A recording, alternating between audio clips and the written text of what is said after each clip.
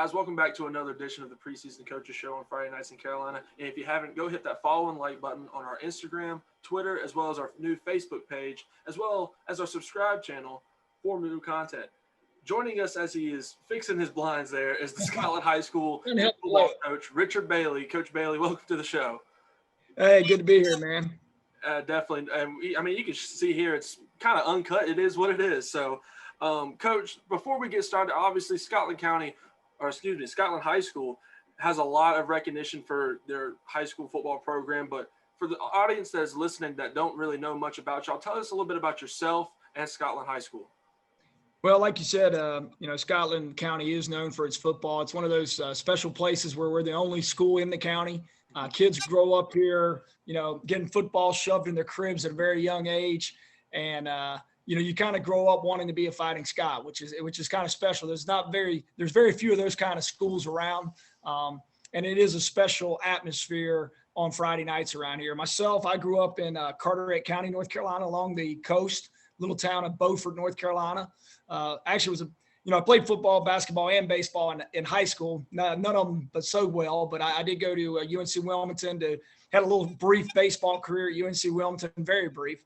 I actually thought I was going to be a baseball coach, but ended up only job I could get out of college was at a little Gates County, North Carolina, a little 1A school up in the Dismal Swamp, a county with one stoplight in the whole town. That was a unique experience.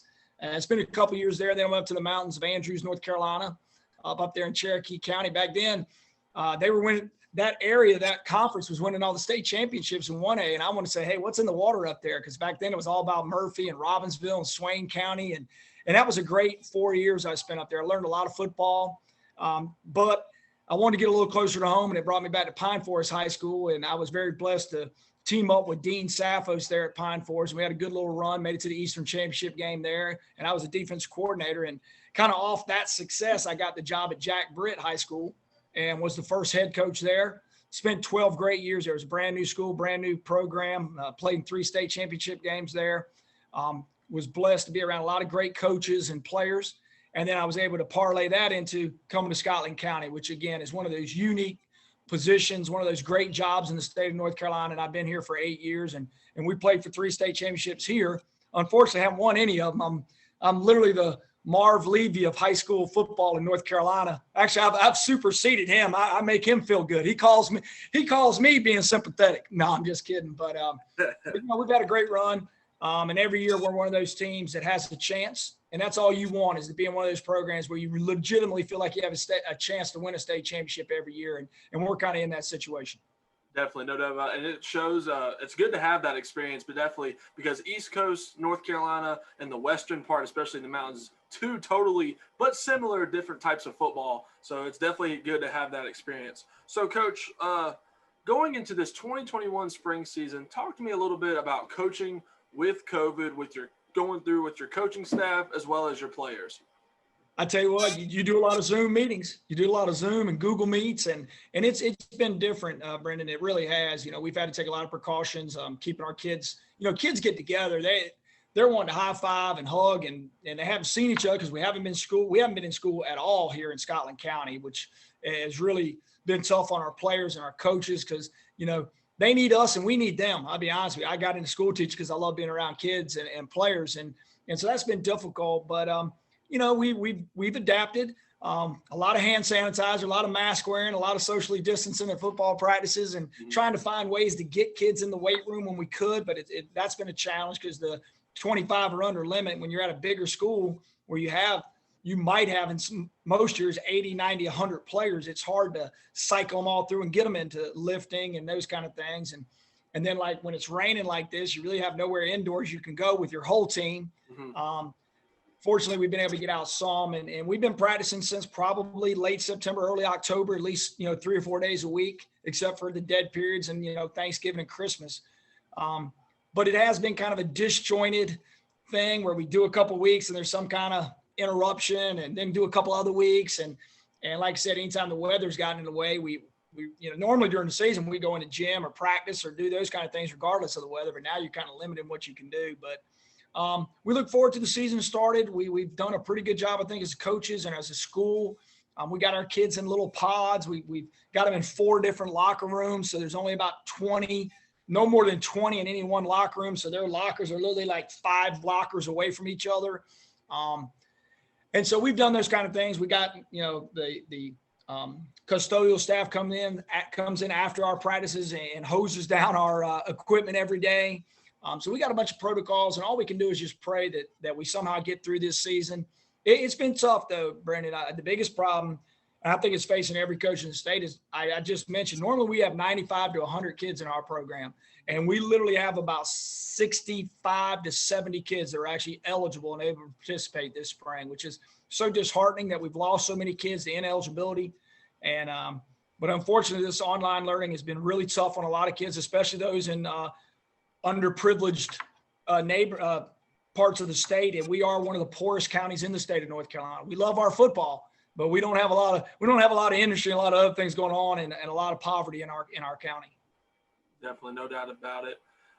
Coach, as you mentioned the season coming up, tell me some of the games you're excited to see on your schedule, as well as some of your student athletes that you're going to be able to have playing for you this spring. Well, obviously, if we can get to the last game of the year, the Richmond County game is always a big game. It's probably the biggest rivalry in the state of North Carolina. And I feel bad for Richmond in some aspects. Usually that one game pays the whole athletic budget. I remember one year we literally, I think, at Scotland, I was the AD at the time. I want to say we made about $175,000 in one game. That's 10 years worth of budgets at some small schools. And unfortunately, we're going to go to Richmond, or I guess we're going to have 100 people there. I don't know what the stipulations are going to be, so I feel kind of bad that Richmond's going to lose their big gate. Better them than us, I guess. But at that game, obviously, everybody in our community looks forward to, because Richmond, much like us, is a one-horse town. They got one school in their whole county just like we do, and it's a great rivalry, and our counties butt up to each other. But the first game's always special. We play Jack Britt, my old – not my alma mater, but my first coaching job, head coaching job. That's always a big game.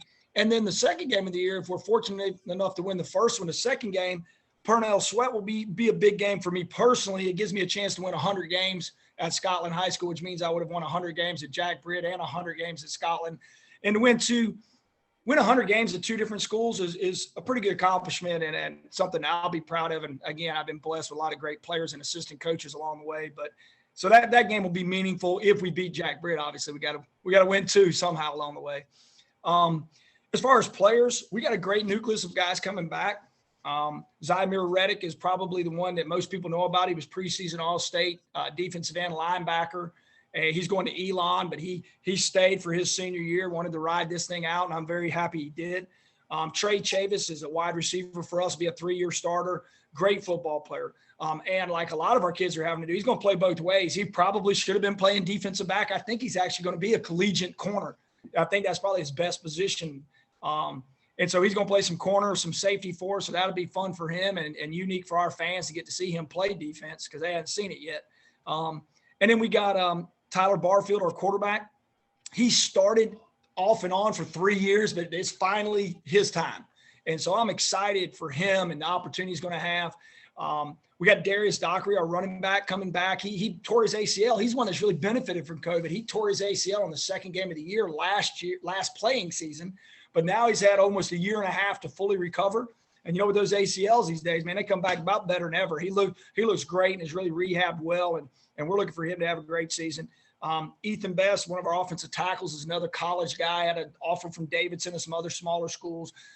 Big 6'5", 285-pound offensive lineman. It's a senior and is going to, do a great job for us. I can name guys on and on. Inevitably somebody's listening. They're like, Coach Bailey didn't mention me, but we have a good senior group coming back.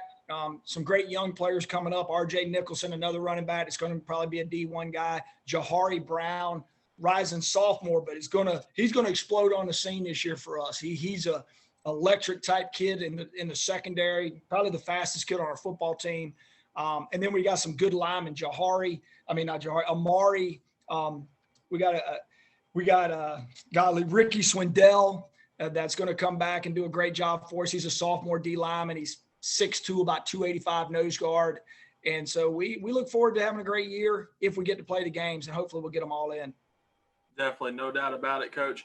And, looking over here, I'm actually looking, at that rivalry challenge that we have every single year in Richmond and Scotland, always been a huge hit, always been a huge vote. And it's not even just about a rivalry challenge. It's just about the tradition of it. And it's been a really, really good rivalry to see on the field. Let's hoping we have a lot of good fans there to watch the game. Yeah, if nothing else, they'll be online.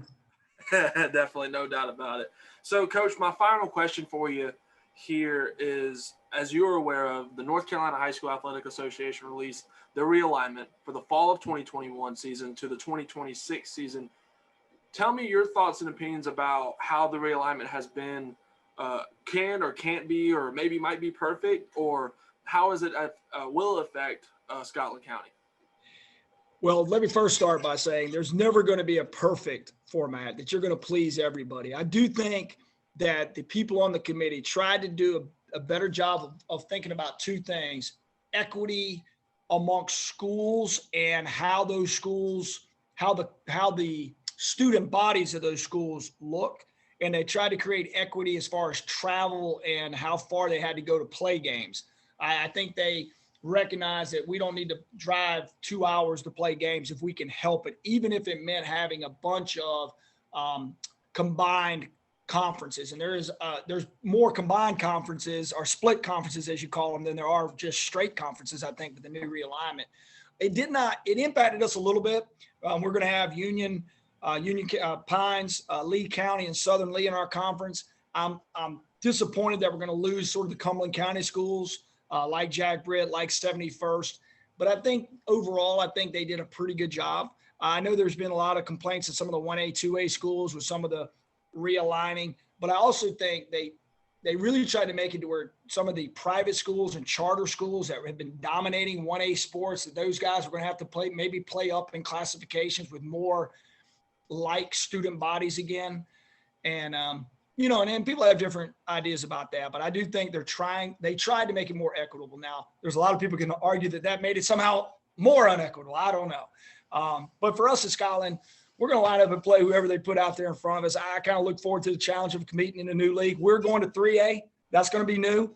But I told our community the state championship trophy is the same size in 3A. Them rings look the same whether you win 3A or 4A championship. I tell Coach Craddock at Tarboro, he's got about 5 or 6, 7 of them things. It seems like them rings look good on his finger. I don't care if we want them at 1A, 2A, it don't matter. So if we can go down to 3A and win a couple of those things, that obviously make it exciting for our fans and for me personally.